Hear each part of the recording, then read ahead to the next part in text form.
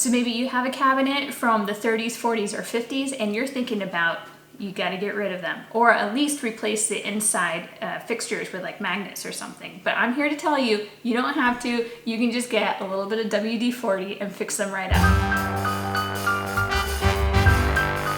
Hi everyone, welcome back to my channel. My name is Sarita V.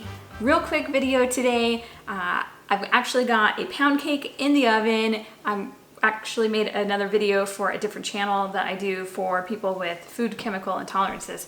And today I thought that we would fix a problem in my vintage home. So I have moved into a home. It's late 30s, early 40s. It's got the original cabinets. They've been painted once. And I have got an issue where they stick. So I just wanted to pass along this quick tip to you. I was ready to replace all of the hardware. My husband came up with a great idea. We decided to try. We're greasing other things, and sure enough, WD-40. This is not sponsored. This is just a quick tip so you don't have to spend more money than you were planning on.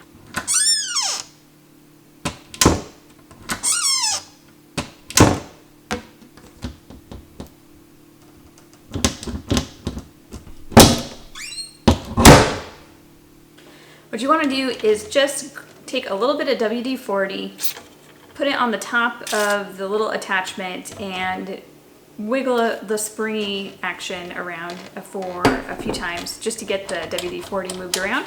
What happens is the springs end up getting rusted over time, and that's just why it just needs a little WD-40. So who would have thought?